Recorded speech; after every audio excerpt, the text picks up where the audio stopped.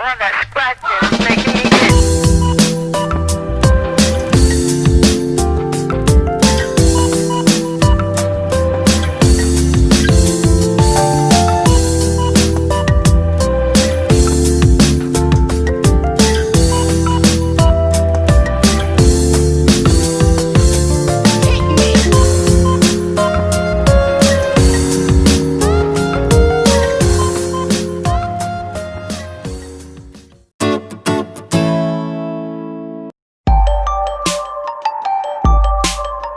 Assalamualaikum, halo YouTube.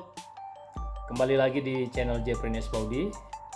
Kita sekarang ada di segmen Babe alias baca berita. Seperti biasanya saya akan membacakan sejumlah berita yang saya lansir dari sejumlah media nasional. Kita ke berita pertama dari kompas.com. Nah, ini ada sebuah berita, sebuah video TikTok menunjukkan seorang instruktur renang ini melempar bayi berusia 8 bulan ke dalam kolam renang dan memicu perdebatan. Seperti dilansir kompas.com, Krista Mayer, 27 tahun, seorang ibu dari 2 anak laki-laki di Colorado Springs, Amerika Serikat, membagikan video-video yang memperlihatkan bayi laki-lakinya, yaitu Oliver, berusia 8 bulan di media sosial TikTok. Nah, di dalam video yang telah ditonton lebih dari 51 juta kali di TikTok dan 22 juta kali di Twitter itu, tampak seorang instruktur renang melempar Oliver dan dengan mudahnya Oliver menyembul ke permukaan air. Lebih dari 100.000 orang mengomentari TikTok dengan beberapa candaan dan ungkapan yang berfokus pada Oliver. Mayer sendiri telah menyekolahkan 2 putranya di Little Fins Swim School. Dia tahu video yang dia unggah memicu kontroversi dan mengejutkan banyak orang. Mayer sering diancam akan dibunuh karena dia dianggap ibu yang buruk dan membahayakan anak-anaknya dan membuat anak-anaknya trauma. Padahal menurut Mayer, kelas renang itu bertajuk kelas renang untuk bayi agar dapat menyelamatkan diri. Sementara itu pihak sekolah di Little Fins Laurie Armstrong mengatakan bahwa untuk mengajar bayi usia 8 bulan, pelatih harus membimbing agar bayi itu bisa menilai situasi dan menemukan strategi jalan keluar di dalam air. Armstrong telah memiliki sekolah renang sejak lebih dari 7 tahun dan melatih para instruktur selama berbulan-bulan untuk bisa mengajar kelas khusus yang didesain untuk bayi usia 6 bulanan. Tujuan dari pengajaran ini bukan supaya bayi bisa berenang, melainkan merasa nyaman ketika berada di dalam air. Untuk belajar bagaimana dia bisa menyelamatkan diri di dalam air ketika terjatuh di kolam dengan membalikan tubuh dan mengapung di permukaan air. Ini jangan kita lakukan pada anak kita ya, kalau belum ada latihan khusus. Masih dari kompas.com, Kementerian Perhubungan Dirjen Perhubungan Udara berencana akan merevisi kembali tarif batas atas dan tarif batas bawah untuk tiket penerbangan. Rencana tersebut menyusul keputusan Komite Pengawas Persaingan Usaha atau KPPU menyatakan 7 maskapai bersalah atas kenaikan harga tiket.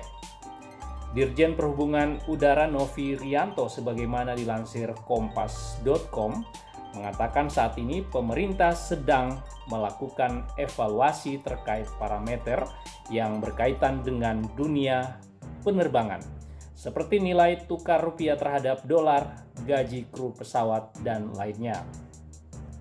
Novi mengatakan tidak akan terburu-buru untuk melakukan koreksi terhadap tarif batas atas dan tarif batas bawah yang saat ini masih berlaku. Novi mengatakan, ketujuh maskapai yang dinyatakan melanggar tarif batas atas diminta untuk mematuhi keputusan KPPU dan tidak lagi melanggar ketentuan kenaikan harga tiket. Sebelumnya, Komite Pengawas Persaingan Usaha memutuskan 7 maskapai nasional bersalah terkait kenaikan harga tiket pesawat. KPPU memutuskan bahwa seluruh terlapor secara sah dan meyakinkan melakukan pelanggaran atas pasal 5 dalam jasa angkutan udara. Ketujuh maskapai tersebut yaitu PT Garuda Indonesia, PT Citylink Indonesia, PT Sriwijaya Air, PT Nam Air, PT Batik Air, PT Lion Air Mentari, dan PT Wings Abadi. Informasi selanjutnya yang saya lansir dari detik.com.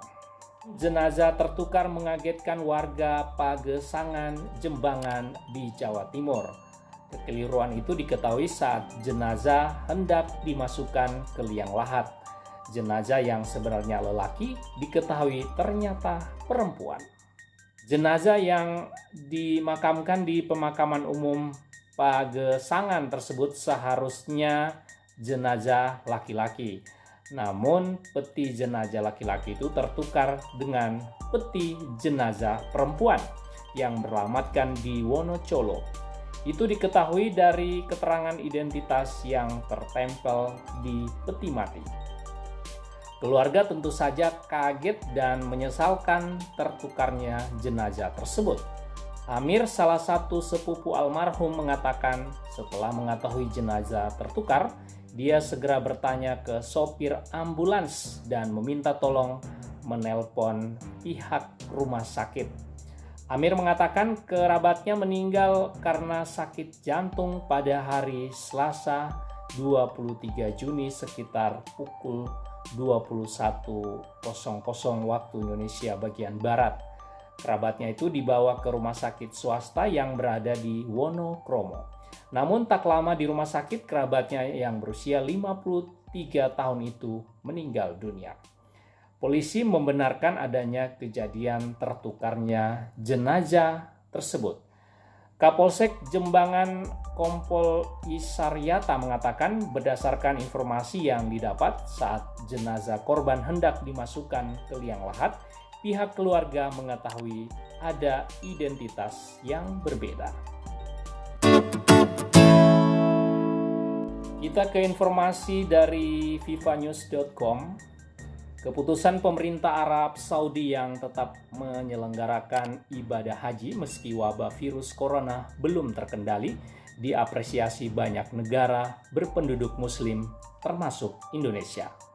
Arab Saudi tidak meniadakan sama sekali ritual tahunan itu melainkan tetap berlangsung, tetapi dengan jumlah jemaah yang amat terbatas. Jumlah jemaah haji sedunia setiap tahun mencapai lebih dari 2,4 juta orang. Namun dalam ibadah haji tahun 2020, karena pandemi COVID-19 belum menunjukkan tanda-tanda mereda, pemerintah Saudi memutuskan mengizinkan hanya 10.000 orang. Itu pun hanya untuk warga negara Saudi dan warga negara lain yang bermukim di Tanah Suci.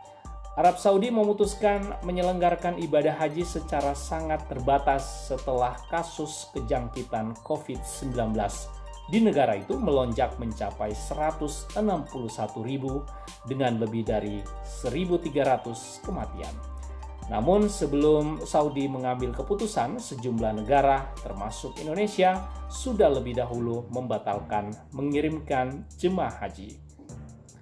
Pemerintah Saudi akan memilah dan memilih calon haji yang diizinkan beribadah haji sesuai kuota yang dibatasi tidak lebih dari 10.000 orang. Mereka menetapkan syarat ketat untuk menekan risiko penularan COVID-19 antara lain calon jemaah berusia tidak lebih dari 65 tahun dan tidak boleh memiliki riwayat penyakit kronis. Calon jemaah haji wajib dites kesehatannya sebelum tiba di Mekah untuk memastikan tidak terjangkit virus corona dan harus melakukan karantina di rumah setelah beribadah.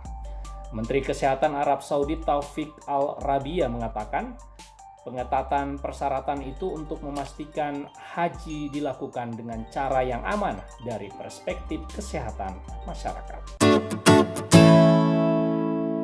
Nah, ini ada informasi menarik juga dari suara.com. Ada saja aksi dua lelaki ini dalam mengendarai sepeda. Pasalnya keduanya menaiki sepeda dengan saling berpunggungan atau membelakangi.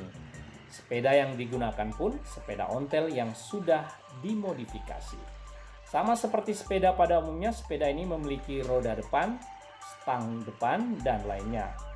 Sedangkan rantai sepeda terhubung ke roda bagian belakang.